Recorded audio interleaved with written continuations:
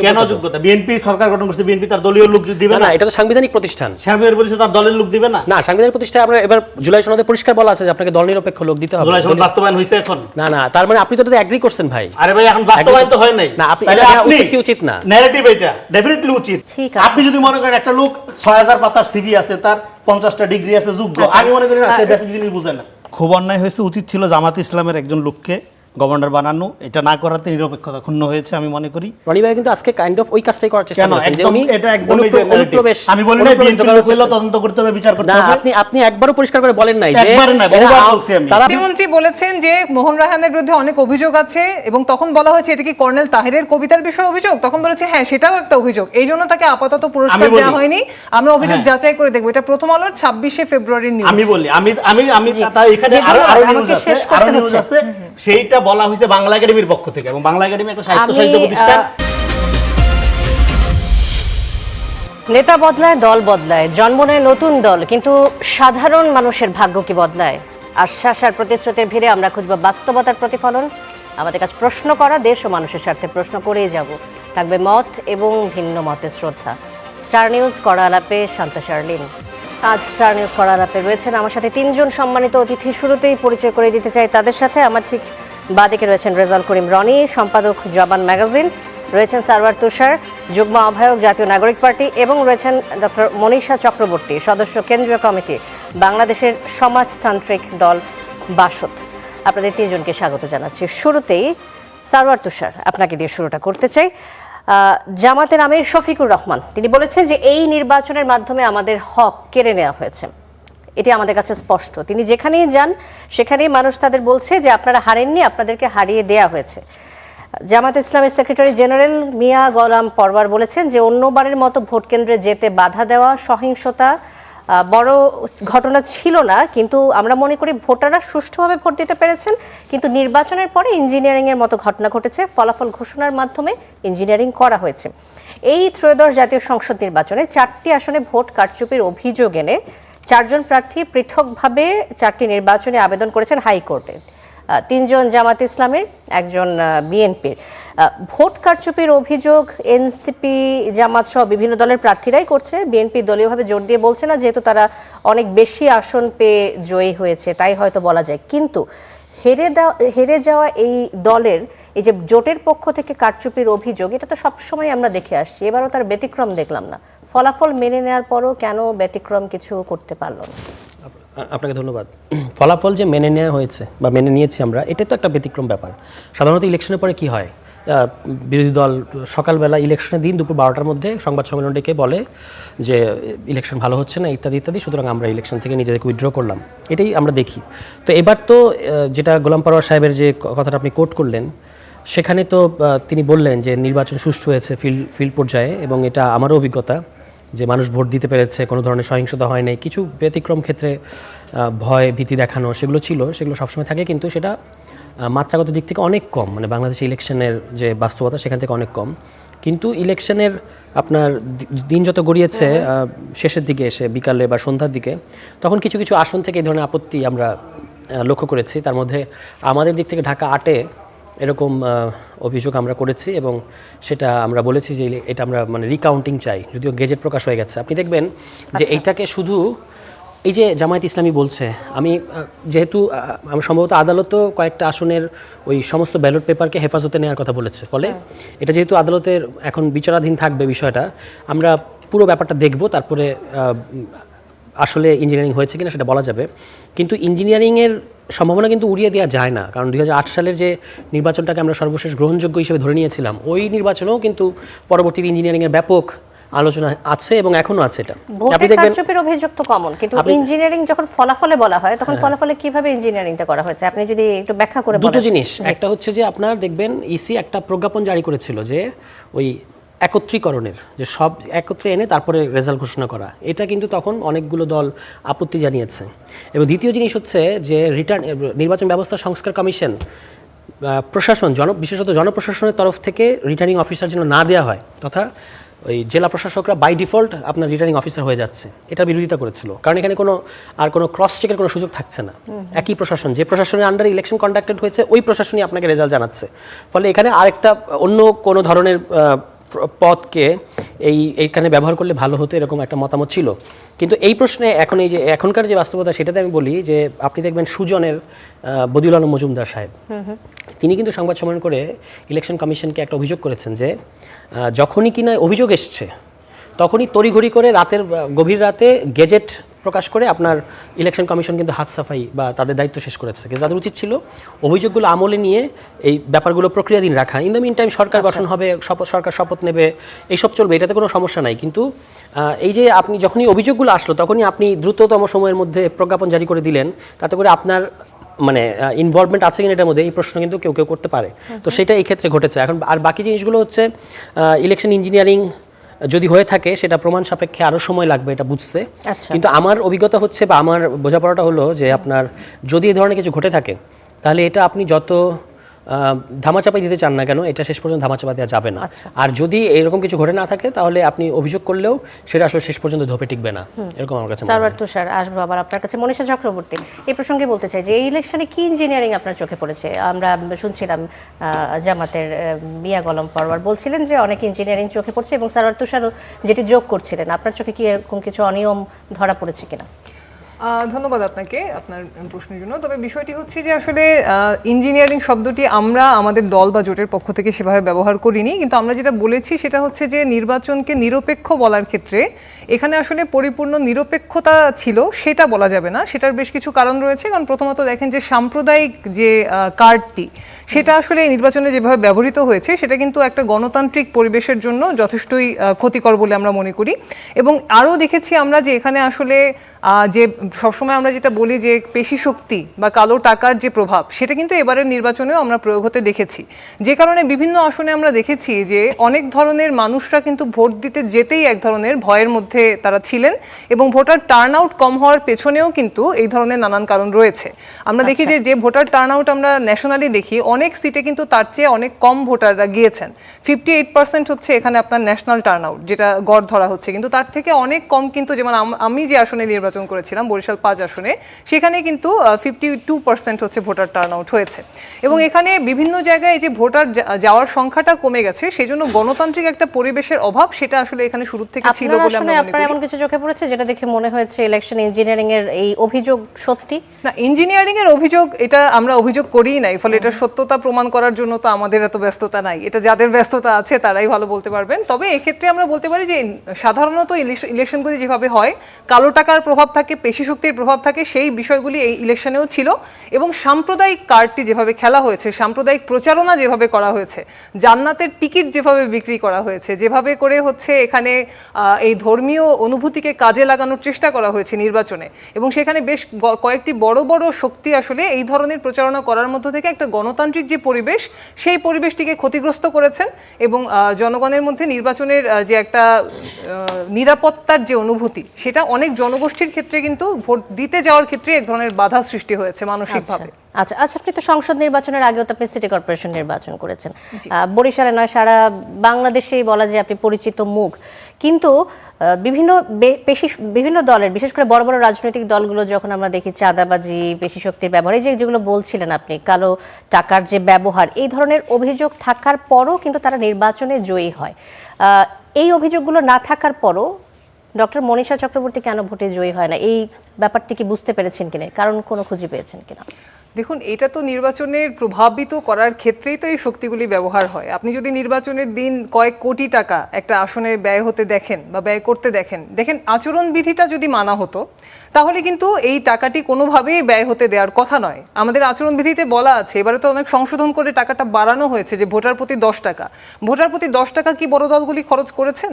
তারা আসলে ভোটার প্রতি বা ভোট কেন্দ্রের প্রতি আসলে কত টাকা খরচ করেছেন সেটা তো আমরা যারা মাঠে ছিলাম আমরা বুঝতে পেরেছি। কোনোদিন আমরা কি দেখেছি যে সেই টাকা বেশি ব্যয় করার জন্য কারোর বিরুদ্ধে কোনো ব্যবস্থা নেওয়া হয়েছে? আমরা এবার প্যানাফ্লেক্সের ব্যানার নিষিদ্ধ ছিল, আপনি আচরণবিধিটা পড়লেই দেখবেন। সেই পিভিসি ব্যানার দিয়ে তো পুরো বাংলাদেশ ছেয়ে ফেলা হয়েছে।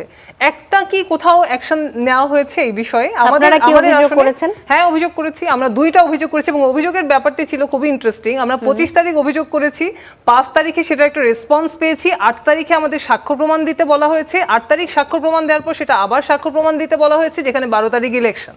তো আসলে এই অভিযোগের যে বিষয়টি, সেটাকে ডিল করার যে উদাহরণগুলি, সেটা থেকেই বোঝা যায় যে আসলে সরকার এখানে প্রধান দুইটা জোটের পক্ষে তারা এক ধরনের অবস্থান নিয়ে রেখেছিল, এবং সেই যে সেই প্রভাবটা আসলে নির্বাচনেও আমরা দেখেছি। আমরা মোটেই মনে করি না যে এটা প্রভাবমুক্ত নির্বাচন।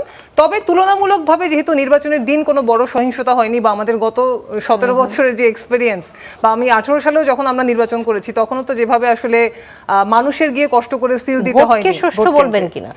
আপাতত সুষ্ঠু, কিন্তু একেবারে পরিপূর্ণ নিরপেক্ষ বা এখানে গণতান্ত্রিক পুরো পরিবেশটা ছিল সেটা আমরা বলবো না। জি, মনীষা চক্রবর্তী, আবার আসবো রেজাউল করিম রনি। যেমনটা বলছিলেন মনীষা চক্রবর্তী, যে এই যে বড় রাজনৈতিক দলের প্রভাব আমরা অভিযোগগুলো পাই, আপনাদের কাছ থেকে পাই, জামাতে ইসলামের অনেক সংসদীয় আসনে 1,500 থেকে 5,000 ভোটের ব্যবধানে হারিয়ে দেওয়া হয়েছে, যেমনটা বলেছেন মিয়া গোলাম পরোয়ার। এমন আসনের সংখ্যা 50-এর ঊর্ধ্বে নয়। আমরা যদি ধরেও নেই 50টি আসনে এমন হয়েছে কারচুপি, যদি ধরে নেই কথার কথা, তাও কি আসলে জামাত ইসলামী জিততে পারে? তাও তো পারে কিনা সেই প্রশ্নটি আসছে, এবং এই অভিযোগ যেগুলো আসছে সেগুলোর আসলে ভিত্তি কেমন বলে আপনার মনে হয়? না, আপনার প্রশ্নের মধ্যে উত্তর আছে। যদি ধরলাম এই 50টা আসন যুক্ত হয়, তাহলে এখন এখানে আছে কত জামাতের আসন? 70টা মিললে এটা হচ্ছে না তো। তারা তো সরকার গঠন করছিল সকাল বিকাল ফেসবুকেই। আপনার ইলেকশন আগের থেকে তো জামাতের সরকার ছিলই। দেখেন, সেটা ইস্যু না। ইস্যু হলো এই নির্বাচনটা কিসের নির্বাচন ছিল? এই নির্বাচনটা ছিল প্রপাগান্ডা বনাম পরিকল্পনা। তারা যেইভাবে প্রপাগান্ডা দিয়ে এখানে একটা কৃত্রিম হাইপ তৈরি করে, জনজোয়ার তৈরি করে জনগণকে, এখানে মনীষা আলাপ করলো, যেই ধর্মের ব্যবহার নির্বাচনে আচরণবিধিতে করা যাবে কি যাবে না, এটা নির্দেশনা আছে না? এটা কেউ মানছে? ধর্ম ব্যবহার করা যাবে না, এটা তো নিষেধ করা আছে নির্বাচন কমিশনের আপনার নীতির মধ্যে। কিন্তু সেটা তো শুরুই হয়েছে নির্বাচন জান্নাতের টিকিট বিক্রির মধ্য দিয়া। সেই টিকিট হয়তো ব্ল্যাক আউট হয়ে গেছে দেখে তারা পাশ করেনি। টিকিট যদি তারা প্রপারলি সরবরাহ করতে পারতো, তাহলে হয়তো তারা পাশ করে যেত। এখানে প্রপাগান্ডা মানুষ এন্ড অফ দ্য ডে খায় না। আমরা একটা মাল্টি পার্টিজান পলিটিক্সের বিকাশ চাইছিলাম 5 তারিখের গণঅভ্যুত্থানের পরে। সেইটা সামহাও এই আপনার বিএনপি জোট বনাম জামাত জোটের নির্বাচনের মধ্য দিয়ে সেইটা নির্বাচনের মধ্যে দেখা যায় না। কিন্তু এটা সম্ভাবনা শেষ হয়ে গেছে, সেটা আমি বলবো না। তো ফলে সেদিক থেকে মাল্টি পার্টিজান বহুদলীয় বিকাশের যে সুযোগ নির্বাচনের মধ্যে ছিল, এটা এখানে এই দুই জোটের মধ্যে ভোটার ভাগ হয়ে যাওয়ার কারণে সেটা খানিকটা ক্ষতিগ্রস্ত হয়েছে, এটা বলতে হবে। কিন্তু অন্যদিক থেকে কিভাবে একটু যদি ব্যাখ্যা করেন?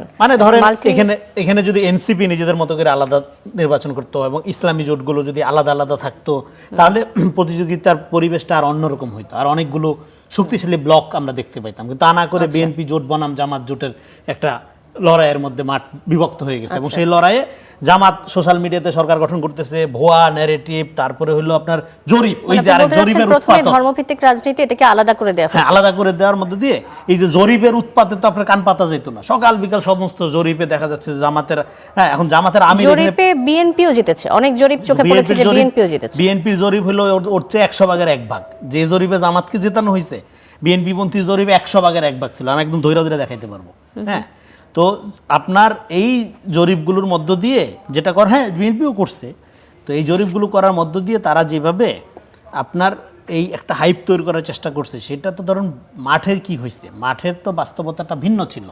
সেই ভিন্নতাটা আমরা দেখলাম 12 তারিখে। এখন এই যে অভিযোগ যেটা করছেন মিয়া গোলাম পরোয়ার সাহেব, যে অল্প কিছু ভোটের ব্যবধানে হারিয়ে দেওয়া হয়েছে, এই অভিযোগ তো বিএনপিও করছে। আমি ভোট দিচ্ছি ঢাকা 16 আসনে আমিনুল হক, তাকে আমি সকালবেলা গেছি আরও 2-3টা কেন্দ্রেও গেছি দেখার জন্য। তো 12টা-1টা পর্যন্ত মনে হচ্ছিল এখানে আমিনুল হক হয়তো বিপুল ভোটের ব্যবধানে জিতবে। পরে দেখা গেল না, সে 2500-3000 ভোটের ব্যবধানে হেরে গেছে।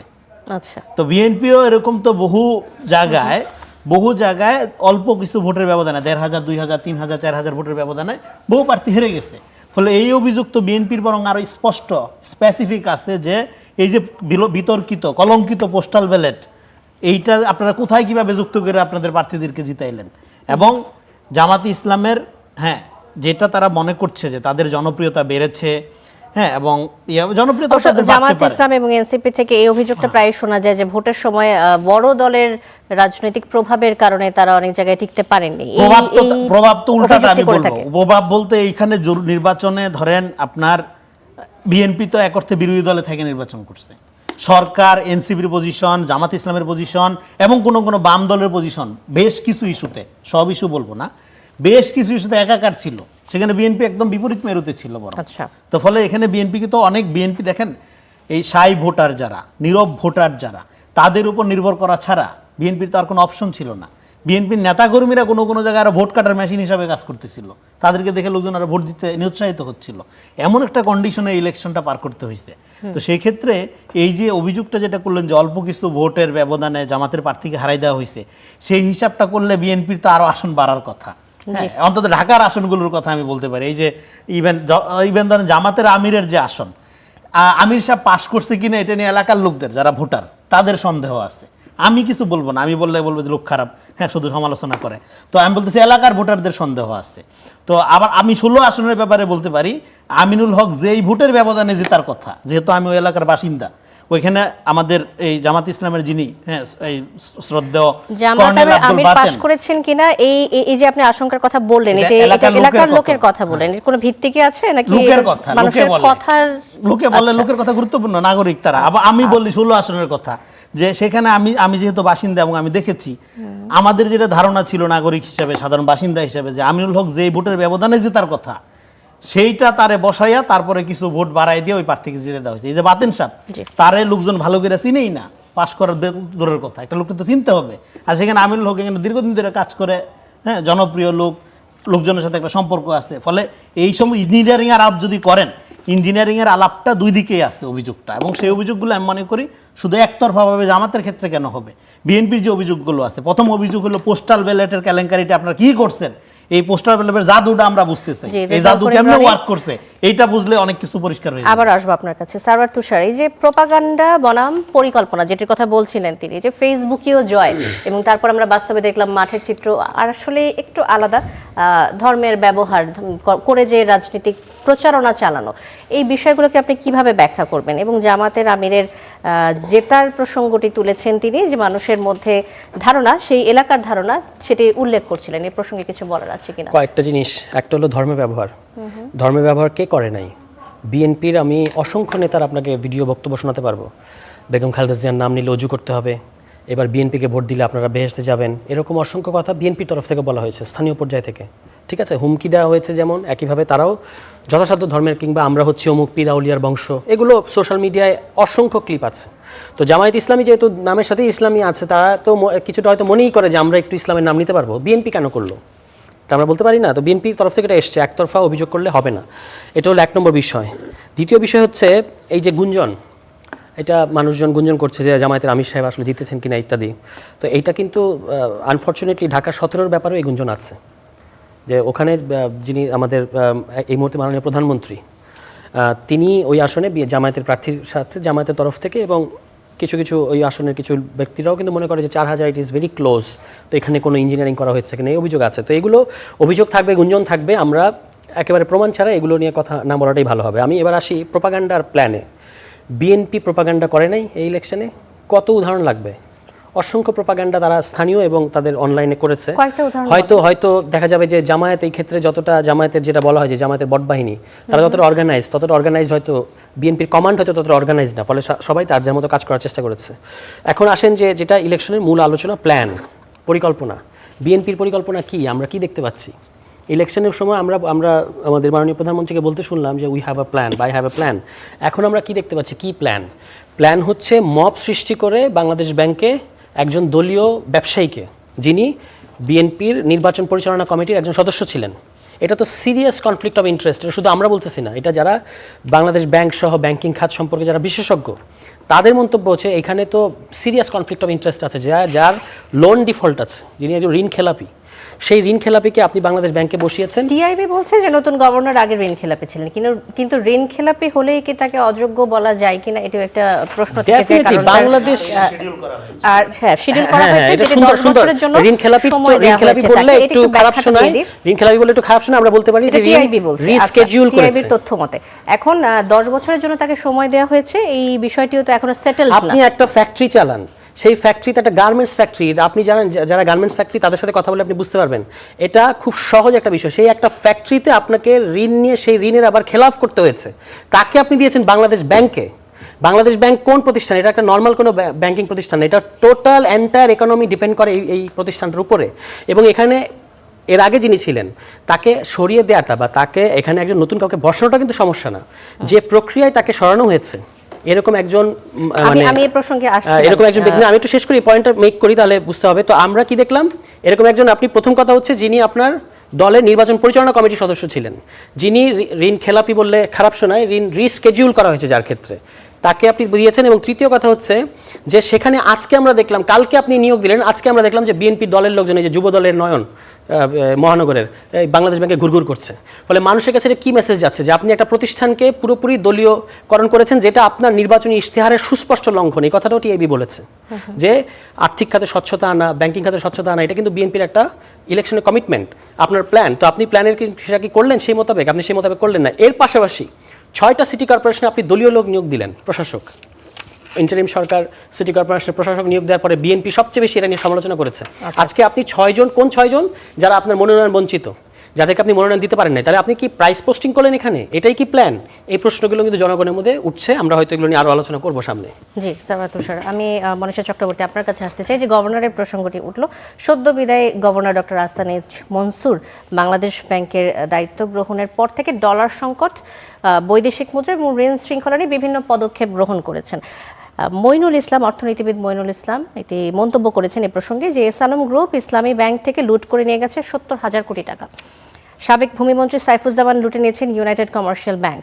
শেখ হাসিনার উপদেষ্টা সালমান এফ রহমানের প্রতিষ্ঠান বেক্সিমকো বিভিন্ন ব্যাংকে খেলাপি ঋণ রেখে গেছে 50,000 কোটি টাকার বেশি।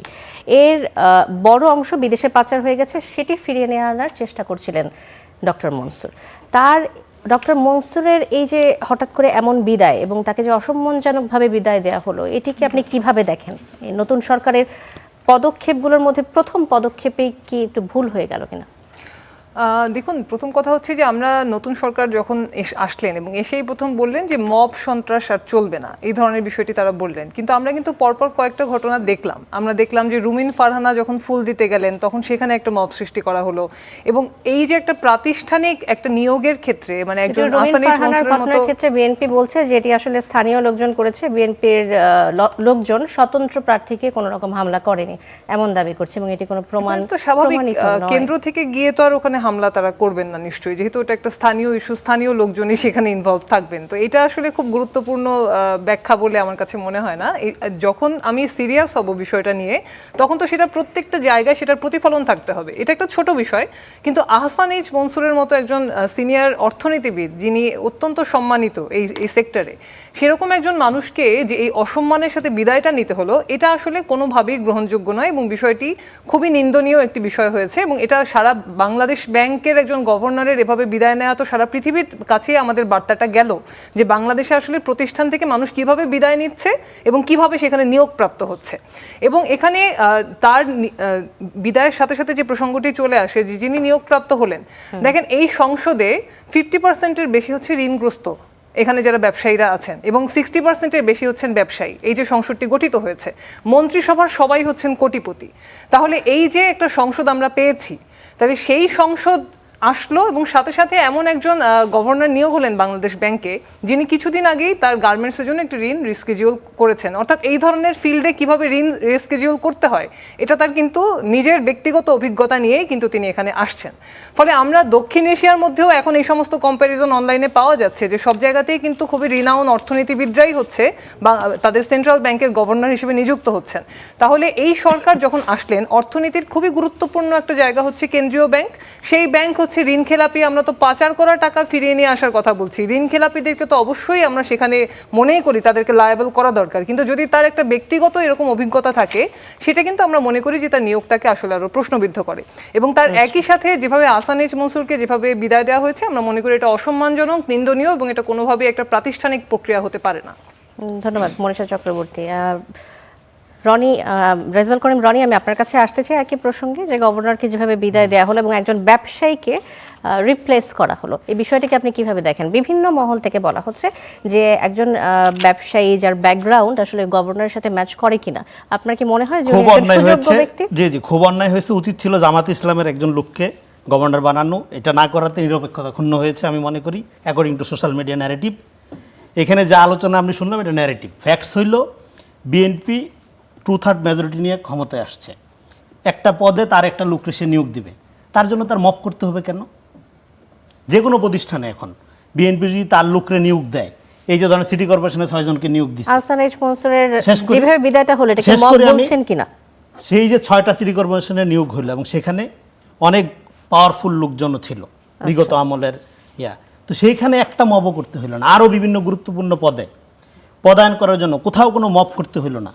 হ্যাঁ, মব ছাড়াই বিএনপি এটা একটা সরকার ক্ষমতায় আসলে এটা সারা পৃথিবীতেই ইউরোপ আমেরিকা যেখানে দেখবেন যে তারা তাদের মতো করে প্রশাসন সেট আপ দেয়, কারণ ওই দলের যে প্ল্যান পরিকল্পনা তার যে এজেন্ডা এটা সে বাস্তবায়ন করার জন্য যেই লোকগুলোকে জরুরি মনে করে পোস্টে আপনি কি বলতে চাচ্ছেন doctor Ahsan H Mansur governor হিসেবে আমি যোগ্য ছিলেন না? আসতেছি, অবশ্যই যোগ্য ছিলেন ইন্টারিমের জন্য, ওই সময় উনি গুরুত্বপূর্ণ ভূমিকা ইন্টারিমের পালন জন্য? করছেন। হ্যাঁ, বিএনপির যে প্ল্যান পরিকল্পনার জন্য সে যোগ্য না, এই জন্য তাকে নাহলে তো পরিবর্তন করতো না তাকে। তার আমি এখানে ন্যারেটিভসটা আমি বোঝার চেষ্টা করি। আগের দিনও কিন্তু অর্থমন্ত্রীর সাথে উনি দেখা করেছেন, কথা বলেছেন, লম্বা সময় ধরে তারা আলাপ করেছেন। ফলে এরকম একটা গুরুত্বপূর্ণ পদে হুট করে সকালে মব হবে বিকালে চলে যাবে এরকম হয় না। এটা আপনারা জানেন সাংবিধানিক না, পোস্ট। তিনি শেষ আমরা করি, আমরা আমরা সাংবিধানিক আচ্ছা, আপনার পোস্ট সাথে এটা একটু শেষ- যোগ করতে এটা- চাই এটা অবশ্যই রেজাল্ট করিম এটা রনি অবশ্যই একটু পূর্ব যোগ করতে পরিকল্পনা চাই। মতো কাকে নিয়োগ দেওয়া হবে এটা অনেক 3-4 দিন ধরে আলাপ হচ্ছিল এবং বাংলাদেশ ব্যাংকে যারা কাজ করে তারা জানে এবং এই মবের সাথে যারা জড়িত তারা বেসিক্যালি নীল দলের লোক, আমরা যেটা খোঁজ নিয়ে জানতে পারছি, এবং এখানে গুপ্ত হিসাবে যারা ছিল, আচ্ছা। যারা নিজেরা এখন জি। বিএনপি প্রমাণ করার জন্য উঠা বইরা লাগছে। এবং বিএনপি প্রমাণ না করলে আপনারা জানেন এখানে যেটা হয় যে এখানে জি, রেজাল্ট করিম রনি, বাংলাদেশে সবাই ক্ষমতার সাথে রেজাল্ট থাকতে করিম চায়। রনি, দেশের বৈদেশিক মুদ্রার রিজার্ভ 2023 সালের হিসাবে 48 বিলিয়ন ডলারের উন্নতি হয়েছিল। সেখান থেকে 5ই আগস্ট যখন সরকার পতন হলো, শেখ হাসিনার রেজিমের 20 বিলিয়ন ডলারে নেমে এসেছিল। 2024 সালের 5 আগস্ট $1 দাম বেড়ে দাঁড়িয়েছিল 125 টাকা। দেশের 61টি ব্যাংকের মধ্যে 11টি ব্যাংক দেউলিয়া হওয়ার দ্বারপ্রান্তে ছিল। এই অবস্থা থেকে আমাদের আগের governor doctor Ahsan H Mansur 11টি ব্যাংকের যে পতনমুখী ব্যাংক তাদেরকে একসাথে করে মার্জ করার একটা প্রক্রিয়া চালু রেখেছিলেন এবং তিনি চেষ্টা করছিলেন সেখান থেকে উঠিয়ে নিয়ে আসতে ব্যাংকিং খাতকে ধ্বংসের মুখ থেকে। আপনি বলছেন যে তার এই যে হঠাৎ করে তাকে সরিয়ে দেওয়া হলো, এটি হঠাৎ করে সরিয়ে দেওয়া হয়নি, আগে থেকে প্ল্যান করে দেওয়া হয়েছে, কিন্তু আমরা তো জানলাম সব জায়গা থেকে যে তিনি জানতেনই না এই ঘটনাটি যখন ঘটলো। বললাম তো তার মবের আগের দিনও ঘটনাটি। তিনি অর্থমন্ত্রীর সাথে বৈঠক করছেন এবং বলছেন তাকে অর্থমন্ত্রী আমি বললাম একটা সাংবিধানিক পোস্টে সকালে এক দল লোক বিক্ষোভ করলো আর বিকালে চেঞ্জ হয়ে গেল, ব্যাপারটা এরকম হয় না। এখানে পরিবর্তন হবে, এটা 3-4 দিন ধরে বাংলাদেশ ব্যাংকের কর্মকর্তা কর্মচারীরা গুঞ্জন ছিল। ফলে যাদের নতুন করে আমি শেষ করি, অফিশিয়ালি ডিক্লেয়ার করা হতো। মবের আমি আপনাকে বলি ঘটনাটা এখানে আসলো কেন? মবের ঘটনাটা আসলো যারা নিজেদেরকে বিএনপি প্রমাণ করে ক্ষমতার সাথে থাকার জোর যাদের প্রয়োজনটা বেশি তারা এই সুযোগটাকে কাজে লাগাইছে। এবং বিএনপি যেহেতু ন্যারেটিভ পলিটিক্সে দুর্বল, তারা ন্যারেটিভ করে না, ন্যারেটিভ দরকার নাই।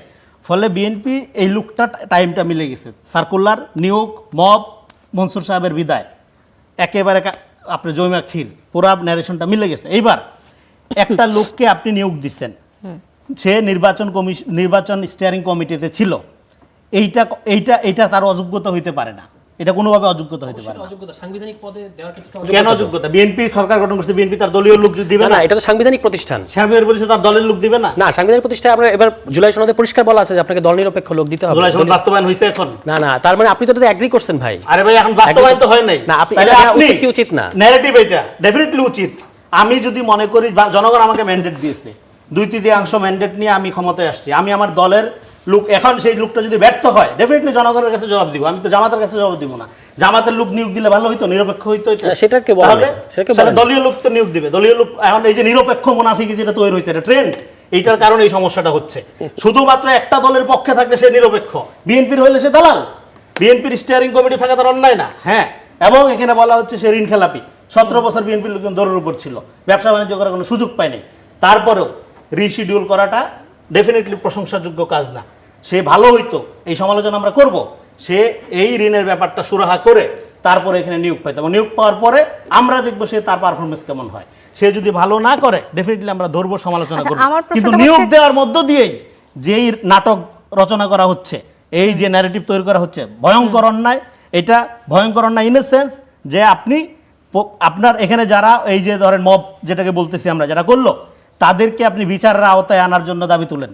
জি, হোক বিএনপির লোক, হোক নীল দলের লোক, হোক যে দলের লোক, দাবি তোলেন। 1 নাম্বার।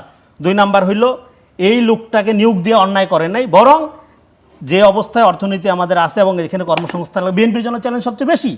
যদি বিএনপি ফেল করে এই লোকের কারণে, সে দায়ভার বিএনপিকে নিতে হবে, বিএনপি বেশি ক্ষতিগ্রস্ত হবে, বিএনপি টেনশন বেশি। এখন আপনি যেভাবে এটা ন্যারেটিভ তৈরি করতেছেন যে এই লোক নিয়োগ দেওয়াটাই একটা মানে অপরাধ করে, নো, এটা অপরাধ হতে পারে না। আমার প্রশ্নটা হচ্ছে, আমি যদি বিএনপির কেউ যদি থাকতো, আমি একই প্রশ্ন তার কাছেও করতাম যে ডক্টর আহসান এইচ মনসুর কি যোগ্য ব্যক্তি ছিলেন না গভর্নর হওয়ার জন্য, যে বিএনপিকে এসে মোস্তাফিজুর রহমানকে নিয়ে আসতে হতো? যোগ্য ব্যক্তি ছিলেন না, যোগ্য হলে তো সরাইতো না তাকে। যোগ্য ব্যক্তি ছিলেন না ইন আ সেন্স যে বিএনপির যে প্ল্যান, বিএনপির যে পরিকল্পনা, সে বিএনপি তো একটা ম্যানিফেস্টো দিচ্ছে, সে কি সংস্কার করবে, কি করতে চায়, সেই প্রতিশ্রুতি মোতাবেক জনগণ তাকে নির্বাচিত করছে। সেই আলোকে যাকে যোগ্য মনে করছে তাকে সে নিয়োগ দিচ্ছে। আচ্ছা, পরিষ্কার।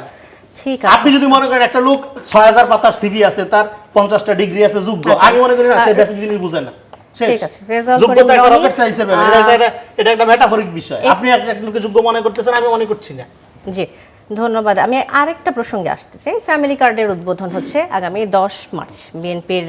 আরেকটা রেসপন্স করি ফ্যামিলি কার্ডের ব্যাপারটা। এই যে পরিকল্পনার কথা বললো, দেখেন এটা বড় ঘটনা বাংলাদেশ ইতিমধ্যে ঘটে গেছে। 12 লক্ষ কৃষককে 10,000 টাকার মধ্যে ঋণ মওকুফ করে দেওয়া হয়েছে। এটা যারা ভূমিহীন নিম্ন প্রান্তিক পর্যায়ের কৃষক, তাদের জন্য একটা বিশাল রিলিফ।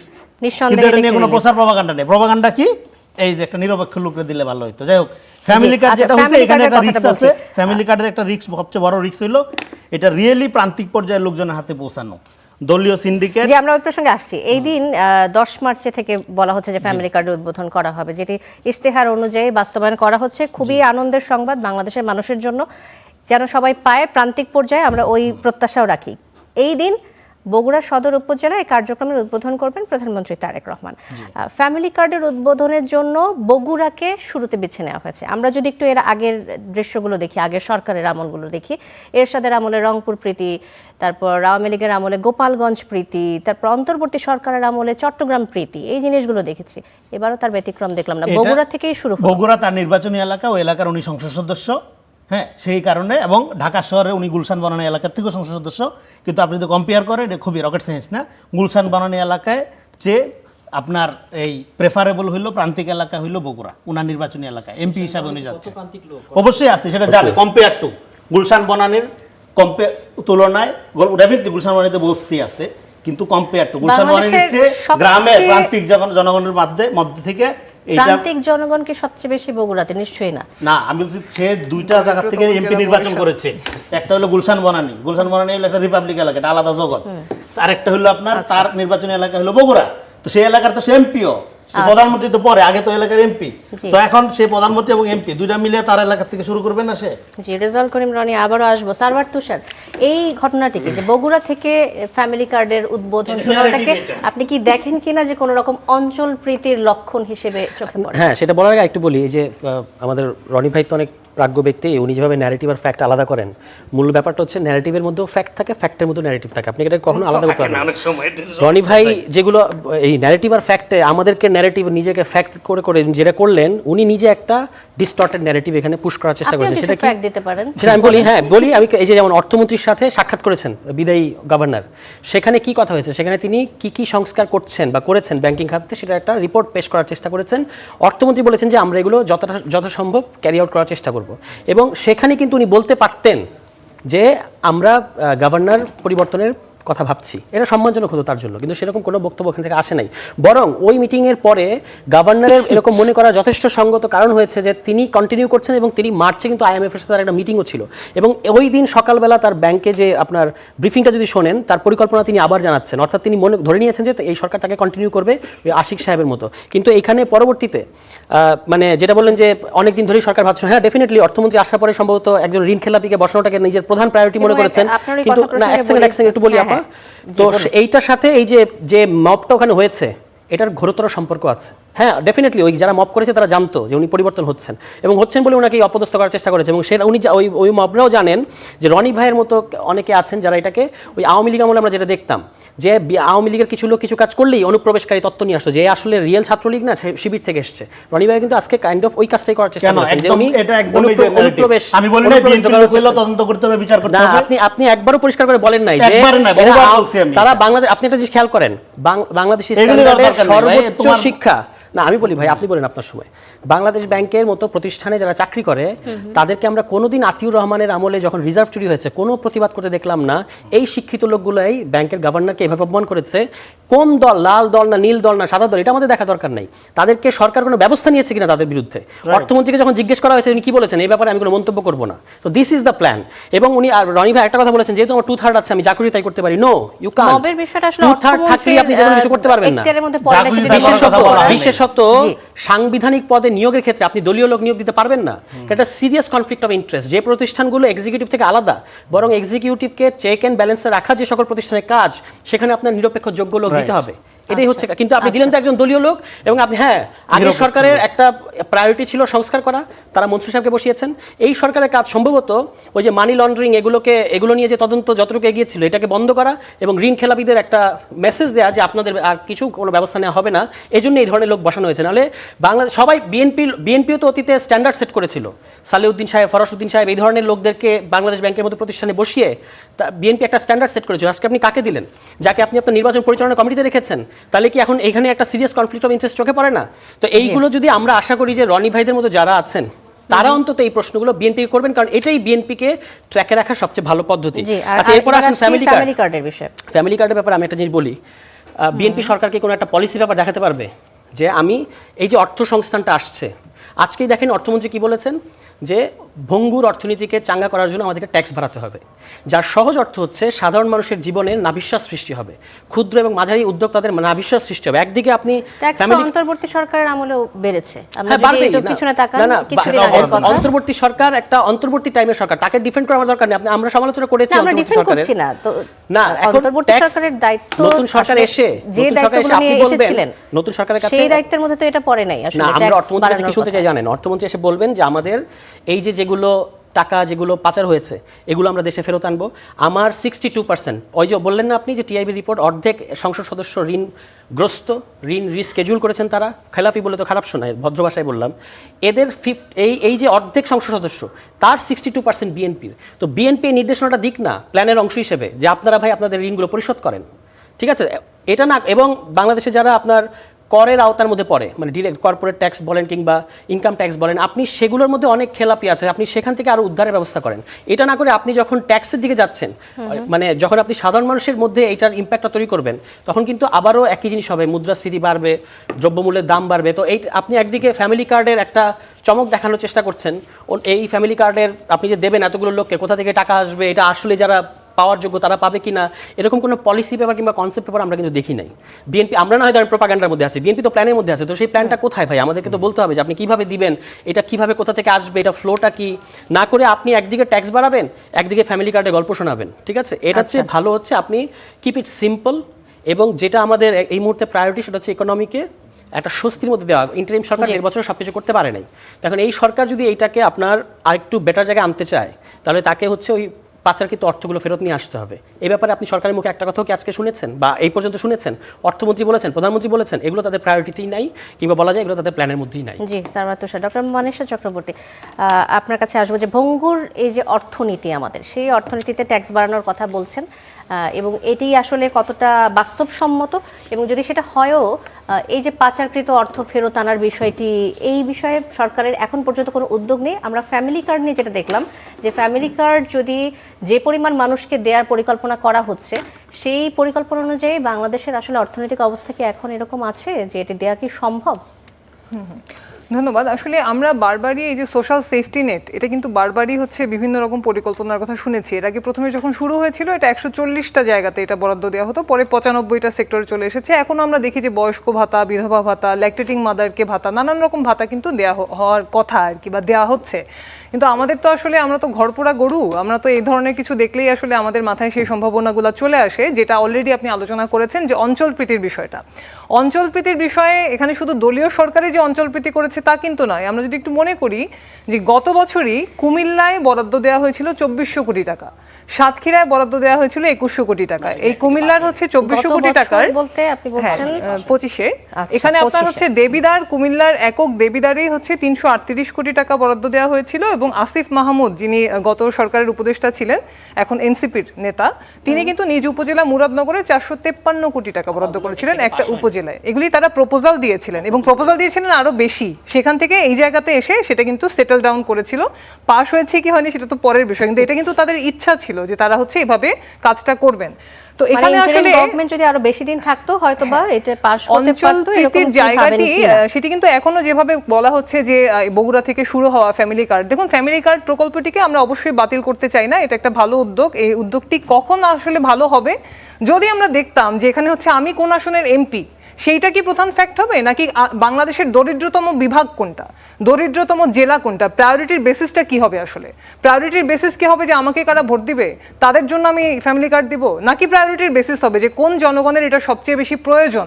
বাংলাদেশের 26% মানব দারিদ্র সীমার নিচে আছে, আমি তো তাদেরকেই টার্গেট করছি। তাহলে সেই টার্গেটিং এর ক্ষেত্রে কেন আমরা সেইভাবে টার্গেট করব না যে সবচেয়ে বেশি প্রয়োজন কার, সবচেয়ে বেশি প্রান্তিককে, সবচেয়ে বেশি দরিদ্র সীমার নিচে কোন বিভাগটি আছে, কোন জেলাটি আছে, কোন ইউনিয়নটি আছে, আমরা সেইভাবে কি পাইলটিং করতে দেখছি? সেটা তো আমরা দেখছি না। আবার ধরেন এখানে যে বিষয়টি আসছে সেটা হচ্ছে যে ফ্যামিলি কার্ডের পাশাপাশি আপনি আরও একটা বিষয় নিয়ে আসছিলেন, সেটা হচ্ছে আরেকটা প্রসঙ্গ যে ফ্যামিলি কার্ড এই যে অ্যাকোমোডেট করার জন্য যে পরিমাণ অর্থ দরকার সেটিকে আমাদের দেশের এই ভঙ্গুর অর্থনীতিতে এখন কি সম্ভব কিনা? আমরা মনে করি এটা সম্ভব, অবশ্যই বাস্তবসম্মত। কারণ হচ্ছে যে বাংলাদেশে যে পরিমাণ অর্থ আমরা উন্নয়নের নামে লুটপাট হতে দেখেছি, আমরা যে পরিমাণ অর্থ এখানে খেলাপি হতে দেখেছি, যে পরিমাণ অর্থ পাচার হতে দেখেছি, প্রত্যেকটি জায়গা থেকেই আসলে বাংলাদেশের মানুষের জন্য কাজ করার জন্য অর্থ সংস্থান করতে খুব সমস্যা হয় বলে আমরা মনে করি না। তবে যদি এখন অর্থ সংস্থানের কথা বলে আবার জনগণের উপর ট্যাক্সের বোঝা চাপানো হয়, সেইটা আসলে খুব এফেক্টিভ কোনো পদ্ধতি হতে পারে না। এখানে আমরা মনে করি যে অর্থ আমাদের বিভিন্ন সময় আমরা দেখেছি যে 10,000 কোটি টাকা দিয়ে কর্ণফুলী নদী, যার উপরে 2টা ব্রিজ আছে, তার নিচ থেকে একটা আন্ডার টানেল, অপ্রয়োজনীয় একটা টানেল করে এখানে কিন্তু অর্থ অপচয়ের মতো ঘটনা আমরা ঘটতে দেখেছি। ফলে মেগা প্রজেক্টের নামে আমরা বারবারই অর্থ অপচয় হতে দেখেছি। সেই জায়গায় যদি কোনো সত্যিকার অর্থে জনগণের জন্য উপকারে আসে, এই ধরনের কোনো সেবা এই টাকা দিয়ে করা যায়, সেটা আমরা মনে করি না যে সমস্যা। কিন্তু সমস্যাটা হয় কখন? সমস্যাটা হয় যখন হচ্ছে এই জায়গাগুলিতে দলীয় এজেন্ডা বাস্তবায়নের জায়গাটি প্রধান হয়ে যায়। আমরা বিভিন্ন জায়গায় শুনতে পাচ্ছি দলের নেতৃত্বে বিভিন্ন জায়গায় আইডি কার্ড সংগ্রহের ঘটনা, বিভিন্ন জায়গায় দলীয় নেতাদের মাধ্যমে ফ্যামিলি কার্ড দেয়া হবে, এই ধরনের কিছু আলাপ, সেগুলি কিন্তু আঞ্চলিক পর্যায়ে বিভিন্ন জায়গায় আমরা শুনতে পাচ্ছি। ফলে যে ঘটনাটি আমরা এর আগেও ঘটতে দেখেছি টিসিবির কার্ড নিয়ে, যে ঘটনাটি আমরা এর আগেও ঘটতে দেখেছি বিভিন্ন রকম ভাতা নিয়ে, ফলে দলীয় লোক, দলীয় আনুগত্য বা দলীয় আসনের ভোটার কিনা, সেই বিবেচনাটা যদি এবারও প্রাধান্য পায়, সেটা আসলে খুব দুঃখজনক অভিজ্ঞতা হবে। কারণ এইবারের সরকার তো আসলে বৈষম্য নিরসনের একটা স্বপ্নের উপর দাঁড়িয়ে তারা এসেছে। এখানে 845 জন যদি আমরা সরকারি হিসাবে ধরি, সেই শহীদদের রক্তের উপর দাঁড়িয়ে তো জুলাই অভ্যুত্থান হয়েছে এবং এই নির্বাচনের সরকার তো তাদের ম্যান্ডেট হাতে নিয়ে ক্ষমতায় এসেছে। ফলে আজকে যদি তারাও এসে সেই একই রকম দলীয়করণের রিপিটেশন ঘটায়, সেটা ফ্যামিলি কার্ডের নামে হোক বা যে কোনো বিষয়ই হোক, সেটা আসলে খুব দুঃখজনক হবে। আবার আরেকটা বিষয় যে বাংলাদেশ ব্যাংকের গভর্নর কে হবেন, সেখানে যদি শুধু দলীয় এজেন্ডাই কাজ করে, দেখুন এটা তো একটা অর্থনৈতিক প্রতিষ্ঠান, এখানে অবশ্যই কোয়ালিটি একটা ম্যাটার করে এবং সেই জায়গাতে আমরা সারা পৃথিবীর উদাহরণগুলিও তো দেখবো, সারা পৃথিবীতেও তো দলীয় সরকারেরাই ক্ষমতায় আছে।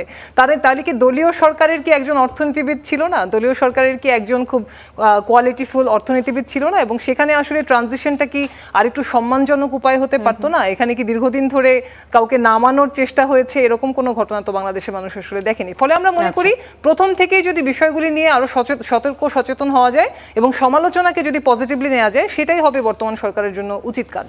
আচ্ছা, ধন্যবাদ ডক্টর মনীষা চক্রবর্তী। রেজাউল করিম রনি, এই যে মেগা প্রজেক্টের নামে যে অনেক বেশি টাকা আমাদের সবসময় দেখি আমরা বিল পাস হচ্ছে, এই বড় বড় প্রজেক্টগুলো আমরা বিগত সরকারের আমলেও দেখেছি অনেক ঘটনা ঘটেছে, অনেক টাকা আত্মসাতের মতো ঘটনা ঘটেছে এবং সব দলই দলীয়ভাবে লাভবান হয়। এখন এবারে বিএনপি সরকারও এসে আসলে তার ব্যতিক্রম কিছু না, এরকম বড় কিছু প্রজেক্ট হাতে নিয়েছে এবং আমি বলছি না যে তারা এ ধরনের আত্মসাৎমূলক কাজ করছে। বড় প্রজেক্ট দুটো নাম বলেন এখন পর্যন্ত হাতে নিয়েছে এবং তারা পরিকল্পনা করছে। তারেক রহমান তার ইশতেহারে বলেছেন যে নদী খননের একটি বিষয় বলেছেন, সেই আপনি যদি নদী খননের বিষয়টা, আচ্ছা আমি প্রশ্নটা শেষ করি, নদী খননের বিষয়টি যদি বড় প্রজেক্ট না হয়, সেটি হয়তো আসছে যখন আপনি দেখবেন প্রস্তাবটা, তখনই বুঝতে পারবেন এটি বড় প্রজেক্ট কিনা। জি, এটা শুরু হবে এবং শুরু হওয়ার পরই হয়তো বোঝা যাবে। এখন এই যে বড় প্রজেক্টগুলো এই সরকারের আমলে বের হচ্ছে এবং তার উপর যে অভিযোগগুলো আসবে বা আসছে, তো যেমনটা বলছিলেন মনীষা চক্রবর্তী যে এই বড় প্রজেক্ট থেকে আত্মসাতের ঘটনাগুলো ঠেকানোর উপায় কি? কারণ আমরা বিভিন্ন সময় দেখি এখানে আসলে প্রশ্ন করার সুযোগ থাকে না, যে প্রশ্ন যে করবে কি নিয়ে প্রশ্ন করবে, কারণ এটা তো আসলে উন্নয়নমূলক কার্যক্রমে যে প্রশ্ন করার সুযোগ নেই। ধন্যবাদ। তার আগে আমি একটু রেসপন্স করি। এখানে আবারও ন্যারেটিভ দেওয়া হইলে এখানে 18 বছর ধরে যে ন্যারেটিভটা আওয়ামী লীগ প্রচার করছে একই ন্যারেটিভ এখনো বিএনপির বিরুদ্ধে প্রচার করা হচ্ছে। দেখেন 14 জন বাংলাদেশ ব্যাংকের গভর্নর ছিল, এর মধ্যে অর্থনীতিবিদ কয়জন ছিল আর আমলা কয়জন ছিল? বেশিরভাগই আমলা ছিল। 14 জনের যে লিস্ট আপনি যদি করেন, এবং এর আগে আমরা দেখছি গভর্নর পালায় যায় নাই, রাখাল বালক আতিউর রহমান, যাকে বিশাল বরপুত্রের ন্যারেটিভের মধ্য দিয়ে এর চেয়ে বড় প্রতিভা অর্থনীতির জাহাজ আইনা বসাইছেন, তারপরে আমাদের ব্যাংক থেকে টাকা লুট করে সুইস কোডের মাধ্যমে এখান থেকে আপনার তহবিল লুট হয়ে গেল ব্যাংকের, আমরা দেখলাম হয়ে চলে গেল। ফলে এই যে আপনার প্রতিভার গল্প শোনানো, দেখেন এটাকে বলে টাইরানি অফ মেরিটোক্রেসি। প্রতিভার গল্প দরকার নেই, আমার দরকার কাজটা। যে লোকটারে নিয়োগ দিছে এটা কোনোভাবেই কনফ্লিক্ট অফ ইন্টারেস্ট না। প্রথম কথা নিরপেক্ষতা, আমরা দেখছি ইন্টারিমের আমরা নিরপেক্ষতা বলতে কি জিনিস দেখছি। এখন যে টাকাটা চলে গেছে সে টাকাটা কিভাবে আসবে, আমি আপনাকে বলি, এই ব্যাপারে আমরা কোনো পদক্ষেপ কেন শেষ করি। এবং এখানে বলা হলো যে টাকা চলে গেছে এই টাকার ব্যাপারে বিএনপির কোনো কথা নেই। আমার মনে হয় কেউ নির্বাচন ইশতেহারটা ভালো করে পড়ে দেখে নাই। বিএনপির ইশতেহারটা, বিএনপির ইশতেহারে স্পষ্টভাবে উল্লেখ আছে যে এই সরকার যে টাকাগুলো পাচার হয়েছে বিগত আওয়ামী লীগের আমলে, এই পাচারের টাকা উদ্ধারের ক্ষেত্রে যে সমস্ত কার্যক্রম নিয়েছিল এগুলোকে অব্যাহত রাখা হবে এবং আরও শক্তিশালী করা হবে এবং টাকাগুলো ফেরত আনার ব্যাপারে আন্তর্জাতিক কূটনৈতিক সম্পর্কগুলোকে জোরদার করা হবে। এটা বিএনপির ইশতেহারের অঙ্গীকার। অথচ এখানে একদম মুখ পুইসা না করে কিন্তু সরকার গঠন করার পরে, সরকার গঠন হয়েছে ভাই, বয়স 12 দিন হয় নাই এখনো। এখনই তার সব বিষয়ে ঘোষণা দিয়ে দিতে হবে যে আমি এটা করবো এটা করবো। একটা করে আসতেছে এজেন্ডা, প্রায়োরিটি অনুযায়ী সে কাজ করতেছে। তার সামনে তো তার একটা ইশতেহার আছে, ইশতেহার অনুযায়ী সে কৃষকের কথা বলছে, এটা গেল, ফ্যামিলি কার্ডের কথা বললো, এটা শুরু করলো। ডেফিনেটলি মনীষা আপা এখানে খুবই গুরুত্বপূর্ণ কথা বলছে। এখানে সবচেয়ে প্রান্তিক জায়গা থেকে আপনার এই ফ্যামিলি কার্ড বিতরণ শুরু করতে হবে, দলীয় সিন্ডিকেটের বাইরে রাখতে হবে, এটা চ্যালেঞ্জ। এবং সেটা করার ক্ষেত্রে অবশ্যই বিএনপি যে পরিকল্পনা আছে সেটা হলো তারা প্রথমত সবচেয়ে ভালনারেবল বিধবাদের বেছে নিছে। বিধবারা সবচেয়ে বেশি ভালনারেবল ক্যাটাগরির জনগোষ্ঠীর অংশ, তাদের মধ্যে দিয়ে শুরু করবে। হ্যাঁ, ডেফিনেটলি এখানে শুধুমাত্র নির্বাচনী এলাকা বগুড়া বা অমুক এলাকা তমুক এলাকা না, সবচেয়ে প্রান্তিক এলাকা শুধু না, সবচেয়ে প্রান্তিক, সবচেয়ে অসহায়, সবচেয়ে কিন্তু সেটা তো হয়নি, তার নিজস্ব এলাকা থেকে হয়েছে। আমি তো সেই প্রশ্নটাই বলছিলাম, সবচেয়ে প্রান্তিকটা হোক, বগুড়া তো সবচেয়ে প্রান্তিক এলাকা নয়। এটা তো একটা জাতীয় প্রকল্প, এটা তো শুধু বগুড়ার লোকের মধ্যেই পাচ্ছে আর কেউ পাবে না তা না। ডেফিনেটলি এটা সবচেয়ে দরিদ্রতম এলাকা থেকে করলে সবচেয়ে ভালো হইতো, এই বিষয়ে তো কোনো বিতর্ক থাকার সুযোগ নেই। কিন্তু এখান থেকে হওয়ার মধ্যে দিয়ে এটা মহাভারত অশুদ্ধ হয়ে গেছে, ব্যাপারটা এরকম না। ব্যাপারটা হবে যে এটা প্রপারলি হচ্ছে কিনা এটা মনিটর করা, এটা দলীয় লোকজন এটা খাই ফেলতেছে কিনা, হ্যাঁ এটা জাতীয়ভাবে আসলে মানুষের উপকার করছে কিনা এটা। ফলে এইটা আমি বলি যে দেখেন, একটা হলো সমালোচনা আর একটা হলো বিশোদ্গার প্রপাগান্ডা, এই দুইটাকে আলাদা করতে হবে। বিএনপি আজকে খুবই অসহায়, তার লোকরা ছাড়া, তার সমালোচনা করার, তার সমর্থকরা ছাড়া আর কেউ নাই। হয় আপনার তিলরে তাল বানাচ্ছে অথবা তালরে তিল বানাচ্ছে। এতে করে প্রপার যে জায়গায় ডেভেলপমেন্ট দরকার, প্রপার যে জায়গায় ক্রিটিক করা দরকার বিএনপির, সেই জায়গাটা করা হচ্ছে না। এই জায়গায় শুধু বিএনপিকে তার এখন নিজেদের লোকের উপর ডিপেন্ড করতে হচ্ছে সমালোচনার জন্য, যেটা তার বিরোধী পক্ষদের করার কথা ছিল। আমার কাছে রেজাল করিম রনি, বাংলা একাডেমি সাহিত্য পুরস্কার 2025 সালের জন্য মনোনীত হয়ে পুরস্কার পাননি কবি মোহন রায়হান। সরকারের পক্ষ থেকে বলা হয়েছে তার বিরুদ্ধে অনেক অভিযোগ এসেছে, সেগুলি আমলে নেওয়া হয়েছে। কি অভিযোগ? অভিযোগ হচ্ছে 41 বছর আগে তিনি কর্নেল তাহেরকে নিয়ে মোহন রায়ের লেখা তাহেরের স্বপ্ন কবিতাটি অন্যতম বলে জানান যে সংস্কৃতি প্রতিমন্ত্রী আলী নওয়াজ মাহমুদ খৈয়ম। প্রধানমন্ত্রী তারেক রহমান কিছুদিন আগে তার ফেসবুক পেজে, যখন তিনি বিএনপির ভারপ্রাপ্ত চেয়ারম্যান ছিলেন, তখন তিনি তাকে নিয়ে আঁকা একটি কার্টুন শেয়ার করেছেন। তখন তিনি তাকে নিয়ে আঁকা কার্টুনটা শেয়ার করতে পেরেছেন ফেসবুকে, কিন্তু এখন 41 বছর আগের কবিতাটি তিনি নিতে পারেননি, তার যে পদক স্থগিত করা হলো, এর কি ব্যাখ্যা দেবেন আপনি? ধন্যবাদ প্রশ্নটি করার জন্য। এটা 2025 সালের প্রস্তাবিত কমিটির পুরস্কার। বাংলা একাডেমিতে ডিজিকে এই ইউনূস সরকারের আমলে নিয়োগকৃত শ্রদ্ধেয় আজম ভাই, তারপরে এই কমিটি আপনার পুরস্কার সিলেকশন করে যেই ফেলো গ্রুপ, এর মধ্যে 90% থাকে সবসময় আওয়ামী লীগ এবং একটা বিশিষ্ট পত্রিকার লোকজন, হ্যাঁ একটা বিশেষ পত্রিকার লোকজন। তো এর মধ্যে এবং মোহন রায়হান হলো বিএনপির ঘরের লোক। হ্যাঁ, এবার তাহার পুরস্কার বাতিল করছে ঘোষণা দিয়া, দোষ তাহলে বিএনপির, এই ন্যারেটিভ হলো এটা। এবং যদি কারণটা এটা হয়ে থাকে, আমি আসলে জানতে চাচ্ছি একজন কবি কি নিয়ে কবিতা লিখবে, আমি বলি একজন কবি কি নিয়ে কবিতা লিখবে এইটা খোঁজ করার এখতিয়ার কারণ নাই এটা। সে আপনার তাহেরকে নিয়ে লিখবে নাকি ডন রে নিয়ে লিখবে নাকি তার বউরে নিয়ে লিখবে না বান্ধবী নিয়ে, তার ব্যাপার। আপনি তারে পুরস্কার দিবেন তার সাহিত্য গুণ দেখা। এখন এটা দেওয়ার পরে হ্যাঁ, তাইলে আপনি এখন বলতেছেন এই যে বাংলা একাডেমির ডিজিও এই কথা বলছে তদন্ত করা হবে, এটা ন্যাক্কারজনক। কিসের তদন্ত? আপনি তো তদন্ত আগে করবেন পুরস্কার দেওয়ার আগে। তদন্ত কি? তার সাহিত্য গুণ দেখে তারা পুরস্কার দিবেন। সে তাহারকে নিয়ে কবিতা লেখুক, শেখ মুজিবকে নিয়ে লেখুক, জিয়াউর রহমানকে নিয়ে লেখুক, যারে খুশি তারা নিয়ে লেখুক, আপনি তার সাহিত্য গুণ দেখবেন। সাহিত্য গুণ না, এখন আপনারা আসছেন 41 বছর আগের তাহেরের কবিতা। এই তাহের নিয়ে কবিতা লেখার পরেও তো মোহন রায়হান বিএনপির লোক। আচ্ছা, সে তো তারেক রহমানের সাথে দেখা করে আসছে। আচ্ছা, তার মানে পুরা ন্যারেটিভটার মধ্যে এখানে বাংলা একাডেমির ডিজি হলো ডক্টর ইউনূসের নিয়োগ করা, পুরা এখানে বিএনপি এখনো তার লোকজন সেট আপ করে নাই। হ্যাঁ, এবং কমিটিটা হলো, পুরস্কারটা হলো 2025 সালের, কিন্তু দোষটা হলো বিএনপি। সার্ভার তো এটাই হলো রাজনীতি। এই বিষয়ে আপনি কিছু বলতে চান কিনা? হ্যাঁ, রনি ভাইয়ের ফ্যাক্টের পরে এবার আমার ন্যারেটিভটা একটু শোনেন। বাংলা একাডেমি সিলেক্ট করেছিল, এটা বাতিল করেছে সংস্কৃতি মন্ত্রণালয়, এবং যেটা হলো কান ভারী করা হয়েছে মাননীয় প্রধানমন্ত্রীর কান ভারী করার, এবং কানটাকে ভারী করেছে নিশ্চয়ই বিএনপি লোকেরাই ভারী করেছে যে এই লোক তো আপনার 41 বছর আগে অমুক অমুক কবিতা লিখেছে। এবং এরপরে আপনি খোঁজ নিলে জানতে পারবেন, এবং আমি রনি ভাইটা জানেন না, আমি এটা বিশ্বাস করি না, উনি জানেন, কিন্তু রনি ভাই ফ্যাক্টের মধ্যে এমনভাবে আটকে গেছেন যে উনি আর এগুলো খেয়াল করতে হয়তো পারছেন না। সেটা হচ্ছে যে বাংলা একাডেমি ওয়াজ ফার্ম যে এইটা উনাকে দেওয়া হবে, মানে ওনাকেই দেওয়া হবে, কিন্তু ওনাকে আগের দিনে সংস্কৃতি মন্ত্রণালয়ের তরফ থেকে এটা না করে দেওয়া হয়েছে। এবং সংস্কৃতি মন্ত্রণালয়কে আপনি একজন আইনজীবীকে, এইটাই হলো প্ল্যান, এটাই হচ্ছে বিএনপির সেই মহাপরিকল্পনা যে একজন আইনজীবীকে আপনি বসিয়েছেন সংস্কৃতি মন্ত্রণালয়ে, যিনি তার প্রথম যে মহাবাক্যটা আমরা তার মুখ থেকে শুনেছি বা মহান বাণী শুনেছি সেটা হচ্ছে আমাদের সোনু নিগম লাগবে। এটা বলেছেন কিন্তু উনি, যে আমাদের দেশে আমরা এমন সংস্কৃতির এমন একটা বারবারন্ত করবো যে আমাদের দেশে সোনু নিগম লাগবে, আমাদের দেশে ওই নেহা কাক্কর না কি যেন, মানে যারা ইন্ডিয়ান স্ট্যান্ডার্ড সেকেন্ড মানে ক্যাটাগরি, তাদেরকে লাগবে আমাদের এই সংস্কৃতি মন্ত্রী। তো আপনি যদি আইনজীবীকে সংস্কৃতি মন্ত্রণালয়ে বসান, এরকমই তো হবে, এটাই তো প্ল্যান। এবং এই যে আমি সরকার এসেছি 2/3 নিয়ে এসেছি, সুতরাং আমি আমার কর্মসূচি এবং পরিকল্পনা অনুযায়ী লোক বসাচ্ছেন তো, এবং সেটার ফল তো আমরা পাচ্ছি। যে আপনাকে কান ভারী করে, ঠিক আছে, এটা আগের কমিটির প্রস্তাব করা, সেটাই তো হবে, কারণ এই সরকারটা তো গেছে কয়েকদিন আগে। তো এখন আপনি নতুন সরকার এসেছেন, আপনি সেই পুরস্কারটা দিতে গেছেন, এবং দেওয়ার পরে যখন আপনাকে কান ভারী করা হয়েছে, আপনি সেই কান ভারীতে বেঁকে বসলেন। আপনারা নিজস্ব কোনো অ্যাসেসমেন্ট কিংবা পরিস্থিতি জরিপ করার কোনো মেকানিজম নাই। এবং এটা যখন সমালোচনা হবে তখন আপনি বলবেন ভাই এই যে বিএনপির বিরুদ্ধে, বিএনপি ন্যারেটিভের শিকার। তো বিএনপি এত ন্যারেটিভের শিকার হয় কেন? যে আপনি একজনকে ঘোষণা করেছেন, ঘোষণা করার পরে কোনো যৌক্তিক কারণ ছাড়া তাকে আপনি স্থগিত করে দিচ্ছেন, এটা তো একজন কবিকে অসম্মান করা। এবং সেটা ঘোষণা করছে, আপনি তো সরকারে আসছেন, আপনি তাকে এর আগে আপনি তো তাকে, আরে ভাই আপনি তাকে 25 সালের পুরস্কার, এটা বাংলা একাডেমি ঘোষণা করছে 25 সালের পুরস্কার, আপনি তাকে ডিজি কে আজম, আরে ভাই ডিজি কি এটা করছে নাকি? আপনি খোঁজ নেন, পুরস্কার ঘোষণা করে কে? পুরস্কার কমিটির প্রধান কে? হ্যাঁ, না পুরস্কার তো আপনি দিচ্ছে কে? শেষ পর্যন্ত এটা আটকাইলো কে? আটকাইলো কে? বাংলা একাডেমি। নো, আপনি জানেন আগে? আমি জানি, আমি বাংলা সংস্কৃতি মন্ত্রীর সাথে কথা বলছি, আমি ফারুকের সাথে আমি কথা বলছি। এটা ফারুকই এখন সংস্কৃতি মন্ত্রী না, আপনি এটা ঘটনা জানার জন্য ফারুকের সাথে কথা বলছি, সংস্কৃতি মন্ত্রীর সাথে কথা বলছি। কিন্তু আমি শেষ করি, আচ্ছা আমি শেষ করি। সেটা হলো যে আপনার পরে আমি ডিটেইল বলতেছি। এই তো আগের মহড়াও হইছে আগের দিন, যে ওই কিভাবে পুরস্কার দিতে হবে ইত্যাদি। উনি আসলে যাতে হলো যিনি জাসদের লোক, আপনি তাকে বিএনপি বানাইতেছেন। সে নিজে বিএনপি লোক মনে করে, বিএনপি লোক বলে তো হোক, সে বিএনপি লোক।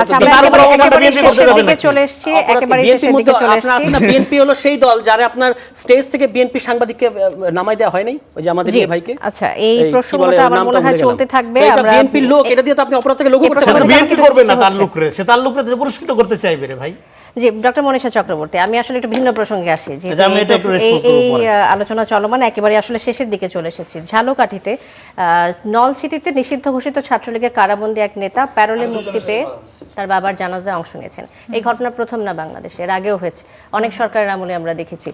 এই যে অপরাধ করলে আইনের আওতায় বিচার হবে, কে কোন মামলায় কারাগারে আছে, সেই বিবেচনার বাইরে গিয়ে একজন বন্দীর প্রতি যে আচরণ, এটাকে কিভাবে দেখেন?